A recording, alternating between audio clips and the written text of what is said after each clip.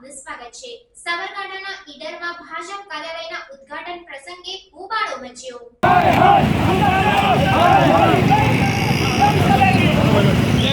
સૂત્રો પાસેથી મળતી માહિતી અનુસાર ઈડર ભાજપ કાર્યાલયના ઉદ્ઘાટન પ્રસંગે હંગામો મચ્યો।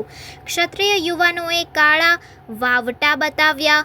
ઉમેદવાર સહિત ભાજપ હાય હાયના નારા લગાવવામાં આવ્યા। છેલ્લા કેટલાક સમયથી ઉમેદવાર મામલે વિરોધ યથાવત જોવા મળી રહ્યો છે।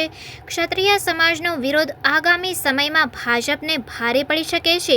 ઈડરમાં વિરોધ થતાં સ્થાનિકોની હાલત કફોડી બની છે। આગામી સમયમાં ઈડર બાદ અન્ય તાલુકાઓમાં પણ વિરોધ થવાની સંભાવનાઓ સેવાઈ રહી છે। ક્ષત્રિય સમાજના યુવાનોની અટકાયત કરી ઈડર પોલીસ મથકે લવાયા। સરકારશ્રીના એક જ માંગ છે, અમારી રૂપાલાની ટિકિટ કેન્સલ કરી દો। આવનારી પેઢી આપ ક્યારેય નહીં ભૂલો। આજે ઈડરની અંદર રૂપાલા વિરુદ્ધ બહિષ્કાર કરવામાં આવ્યો છે।